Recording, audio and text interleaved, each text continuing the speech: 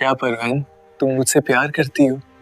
शहदिया, ये बात कोई पूछने वाली है? अगर प्यार ना होता तो मैं यहाँ होती। अच्छा बताओ, फिर कितना प्यार करती हो मुझसे? मैं तुमसे इतना प्यार करती हूँ जितने आसमान पे तारे, जितना समंदर में पानी। क्या? मैं तुमसे प्यार नहीं करता? फिर औसी, समंदर में तुमको डबो के सितारों में गुम कर दूंगी। ना बाबा, ना गुम ना करना, बहुत प्यार करता हूँ तुमसे। बताओ कैसे यकीन दिलाऊंगी? मैं भी जवान, तुम भी जवान, और अकेले भी प्यार साबित करने का मौका तो है। चलो फिर कमाद में आज दो दो हाथ हुआ ही जाए। कमाद में नहीं, वहां डर लगता है दा। अरे मैं साथ हूँ। डर किस बात का? ना जी, पहले भी एक बार तुम्हारे भाई के साथ गई थी, 4-5 लड़कों ने पकड़ लिया था। तो अच्छा फिर क्या हुआ?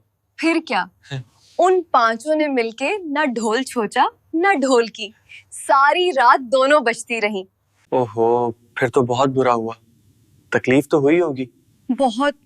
मुझे तो 10 दिन तक होश भी सही तरह से नहीं आई। अब फिर क्या इरादा है? इससे अच्छी कौन सी जगह होगी? यहाँ ढोल ढोलकी और बजाने वाला भी मौजूद, और चारपाई भी है।